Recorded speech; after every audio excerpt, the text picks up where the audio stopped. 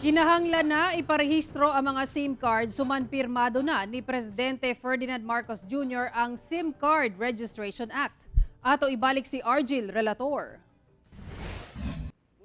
Makapilang higayon na matud pa, nakadawat og scam messages ang dabawenyang si Boyet. Nakalati din nga nakadaog siya, bisan og wala siya ginaapilan nga mga promo. Apan pinaagi sa mga abiso nga ginapadala sa National Telecommunications Commission, nasayod na siya nga wala kini kamatuuran. Di ko ako nag-reply. Di ko lang nako, delete lang nako. Delete lang nimo. Oh, Sa pay ginaingon sa scam message? Kanang kuan daw kanang manalo ka ng 500,000 o 1 million.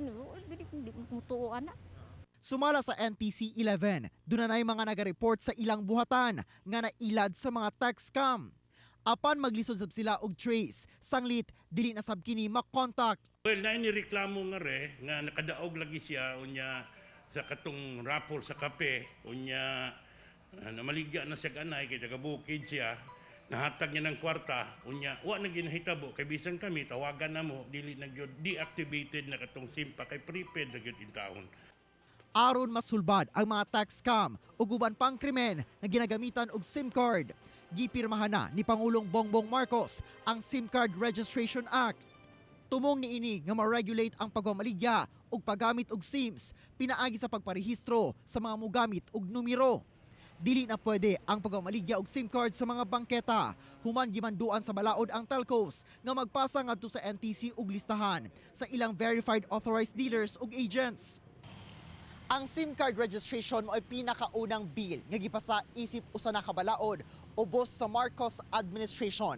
Sa maong balaod, gipaniguro gihapon sa gobyerno nga mapanalipdan ang confidentiality sa mga personal nga impormasyon nga makuha gikan sa mga subscriber atul sa registration. Sa kabahin sa National Privacy Commission, makig-koordinar sila sa ubang ahensya aron makamugna og saktong guidelines alang sa pagproseso, activate o deactivate og SIM o subscription. Dunalay duha ka pamaagi kung asa mamahimo nga legal nga makuha ang impormasyon sa SIM card holder. Kung may written consent ang tagtungod. Ikaduha, if there is an order from the court. Order is an order from the investigating body nga naga-investigate. Kung mamugna na ang implementing rules and regulations sa balaod, gihatagan lang og 180 days o 6 ka bulan ang subscribers nga magparehistro ngadto sa ilang telco. Ma-deactivate ang SIM sa mga dili makaparehistro. Kauban si Melchor Awing sa kamera. Ako si Argil Relator para sa One Mindanao.